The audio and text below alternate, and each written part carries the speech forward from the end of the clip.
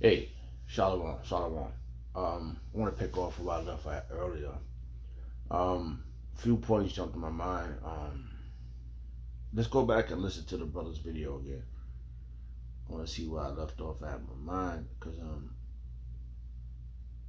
I had a few thoughts, but um, I was just watching the video. Very powerful. Hold on, matter of fact, let me go this way. It should pop up in my archive. It should be right about there. Yeah. So I was jeez, you just think it's right there. Let me see. I'll do it this way. So we got to keep breaking up this ground. I got something else I wanted to read. I just said toiling, if I said that right, but it did pop up, in the feed after I googled it. But I want to go back to this brother's video and play it again, just to get it more legit, more back on the course of this video, because we got to keep on breaking up this ground, and that's our job as being husbandmen. Husbandry means to till the land, watch over the flock, watch over the crops, which is growing. It's growing. It may seem like you see individuals falling out, and you all it gets emotional. Yeah, this thing is very emotional. I can tell you no lie. I've been shedding tears for like for because it's a battle, man. And you would and this is why you shed your tears now, cry now, be emotional now. Whatever you gotta go through to get that shit out the way, bro. Because when all hell breaks loose, ain't gonna be no time to be shedding tears and not man, where the hell are you at?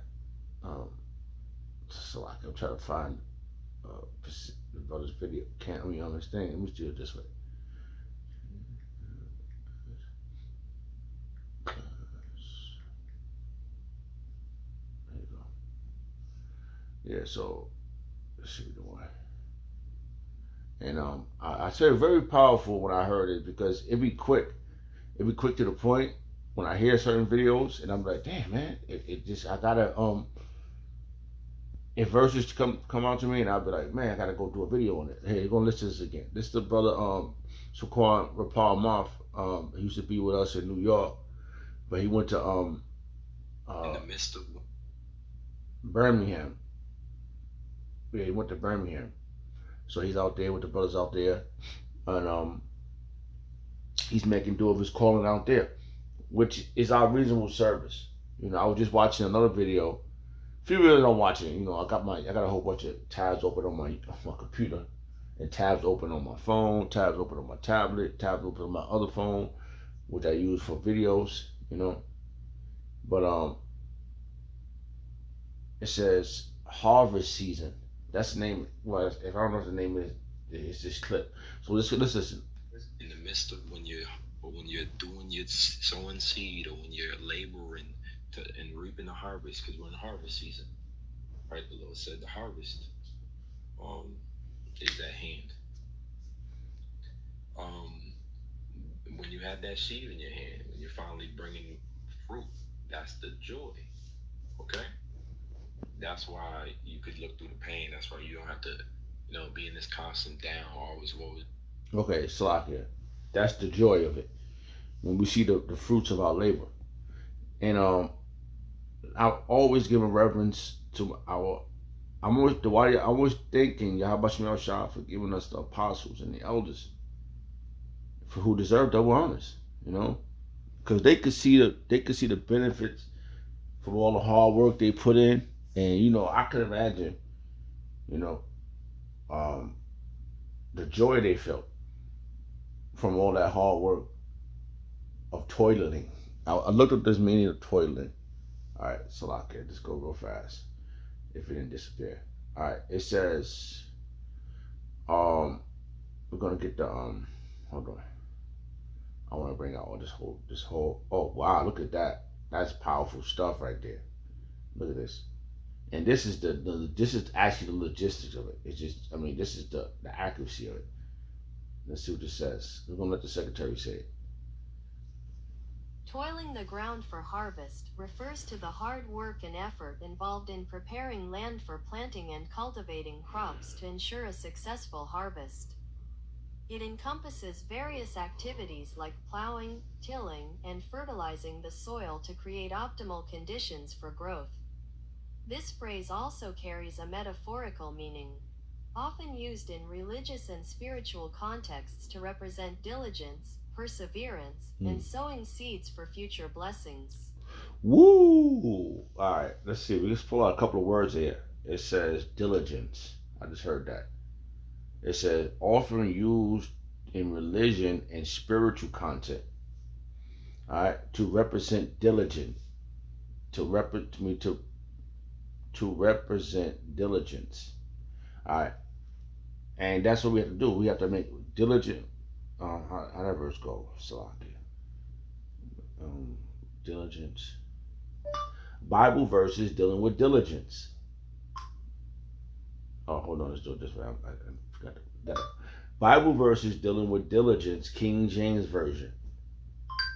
Gotta always add that part. King James Version, so you can narrow it down what you need. Then, if we need to go to other translation, we do. All right. And just try to figure out, narrow down which one we want to go. Let's start here. It says Galatians chapter 6 verse 9. And let us not be weary in well doing, for in due season we shall reap if we faint not. We're gonna reap if we faint not. We gotta go hard, bro. And I was just watching a lot of different videos, which I needed that vibe, that spirit on me to see, to be able to deal with the it's gonna be economic fallouts. People gonna be losing their jobs. This gonna be happening. That gonna be happening. There's gonna be a lot of things going down. And in this midst of this thing, we have to be spiritually in tune with Yahweh Shah. So when these things occur, we know we ain't got to worry about the perilous times.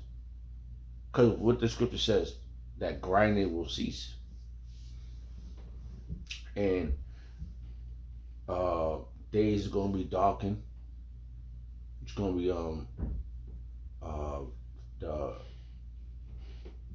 it's gonna be shortage of jobs. A lot of things it's gonna be happening out here, and we have to be spiritually in tune what's gonna occur, because we've been taught these things.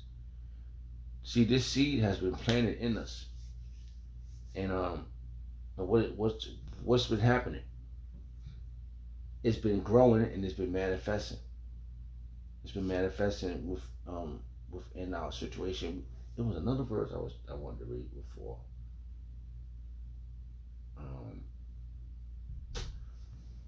Yeah. So I got a few verses. So in due season, if we don't faint, if we stay focused on this and go to the end, we're gonna see the outcome of this, man. And yes, like I said, it's very emotional. It's very you see things happen to individuals, even for yourself. You're like, damn, you're checking yourself. You're trying to figure out what's the next move. What we're gonna do about all the things that's occurring. Stay prayed up and stay focused. Keep breaking the ground up.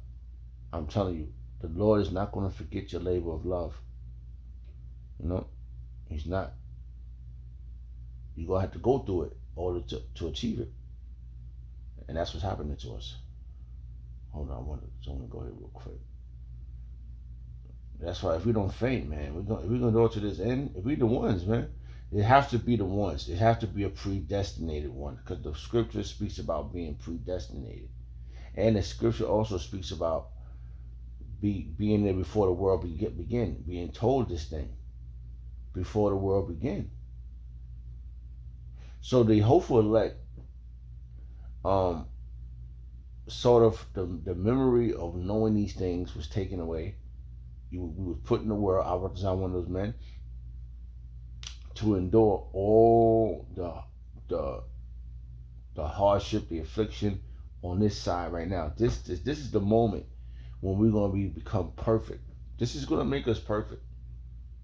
You know, because we're learning all the repercussions, the worst case scenario of wickedness, and we could potentially be the ones if we come out on the other side, and that's what we're looking at it as, and we're not ashamed of what we learned.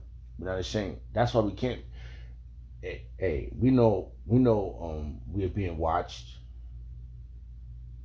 This is a motion picture. We're not only being watched by the ways of this world, people of this world, the YouTube, the internet, this, whatever, phone, being tapped. Yahweh Shah and the angels is watching us too. And the most powerful part, if you were predestinated one, right? You know what the angels inquired what we doing. They yelling encore, encore. They saying bravo, bravo, kumya shala. You know, I'm just saying it in legal terms. They yelling kumya shala. I'm still trying to think of this verse that I wanted to read before. I'm gonna say it in layman terms. Jesus speaking to the God and the angels on our behalf, King James Version. It's a verse. I can't. Every time I try to think of this verse, I can't. I think this is it. I don't know.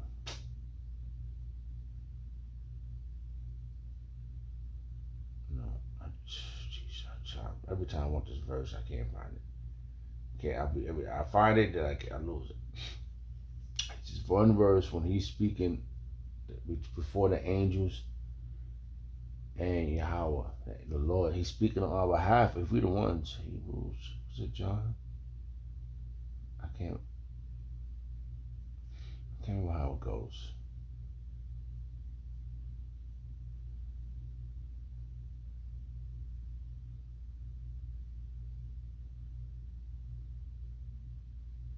Salakia.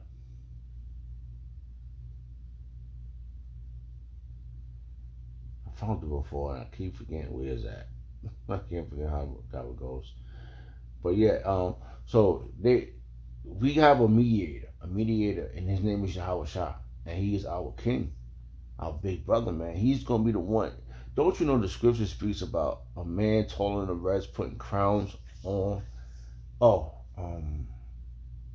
let's go here real fast. Look at this. Yes, this is the ones that's going to be with the this. These are this is the ones. Man, I wish I could. This thing wouldn't do this. Hold on. Let's do this way. I need to find this verse though. It tells you right here.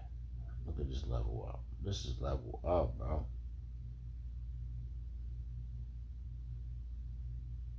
Where was it?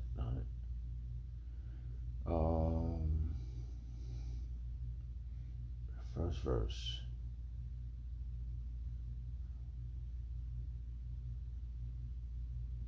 So it's about to go down, and we're experiencing it in real time right now. It's happening, man. People can't. It's undeniable.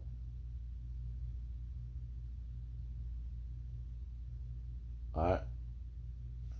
It tells you right here, bro. And I'm saying these are the ones that was told before the world began. These are the ones, man. That 144,000 men was right there at the council before the world began. This is why, if we the ones, we've been called out of here. Many are called, but few are chosen. That few is the 144,000 men. Okay? The 1/3 is that bulk that's going to make it out of here. But that 144,000 men was the ones that was the predestinated one that was like, yo, you're gonna go through this, this is gonna happen, you're gonna endure, you're gonna be the pillars after this whole thing. And it says, the headline reads from Revelation chapter 14, the Lamb and the 144,000 on Mount Zion. Okay, I'm just gonna read some of this real fast. Because this is the ones that was harvesting, breaking that ground up, working hard, man. Working hard. You know, here's the sound of the man. Here's the sound of the working on the train. You know, I'm just busting out chops, man. Trying to get the fuck out of here, bro. Like, man, this is something to look forward to. You know, enjoying however this title is. This is the second part, right? So it says Revelation chapter 14, verse 1. And I look, and lo, a lamb stood on the Mount Zion, and with him 144,000, having his father's name written in their forehead. All right. And I heard a voice from heaven, as the voice of many water, and as the voice of a great thunder. And I heard the voice of harping with their harps, and they sang as it was a new song before the throne, bro. They were them words, bro. Whatever it is, man, that's the one. That was the moment. They got it, because they was with the Lamb. So the mission is accomplished, and those who's gonna go through it now, that's toiling, doing what they're supposed to do. I'm about to sign one of these men, bro. They're gonna accomplish it. You know, those that stand so stiffly for the name of Yahweh Shem Shah, pushing that name. You know, they're going. Remember the 7 sons representing completion, and what happened with them? They went through everything. They was being put in a cauldron. Little young boys, right? Yahweh Shah said, Yahweh said, don't call yourself a little young. Told Jeremiah that I called you. So, and David, remember David? He was small in stature, and he said, don't look on the outward man. It's that inner man that I'm dealing with, and that's that spirit. That's the mighty one, bro. So all that hard work, and can you imagine? David was young, and then he grew up to be a man, to be a king, the beloved Avodah, the beloved ones. We could be potentially the beloved ones, because we busting out our chop on this ground, making this ground nice and fluffy, so you can plant the seeds in it, water in it, and Yahweh Shah is going to make the increase. And I see dynamic things, like I told you in the first part. I see young men standing on one side of the camp, and I'm seeing a potential. You know, being in this thing of ours, being in this long, seeing this thing. I remember me going through my ordeal. You know, how you say, trying, being homeless, going through the ringer, caught up in the world, and then begging for mercy, man. I remember like yesterday, bro. And I'm always reminding myself like how I got to this point, begging Yahweh Shem Shah for mercy. And I truly believe I seen him. I seen it given. I seen mercy given. You know. And this is where we at right now. And now we the Habakkuk's of today. We're running with this thing, and we want to do it to the end, man. And this thing is very, very, it's very tense. Shakar always say, yeah, it's tense. I mean, he was talking on the face like, this thing's tense, man. It's very tense. Hold on. Let me see what the word means. It's tense. Let's see. The meaning of the word tense. Let me see if I said it right. Tense. All right.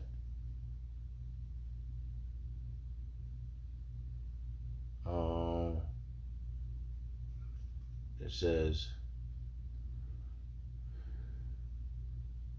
let's get what they said. Let's get this first one. Hold on, let me see.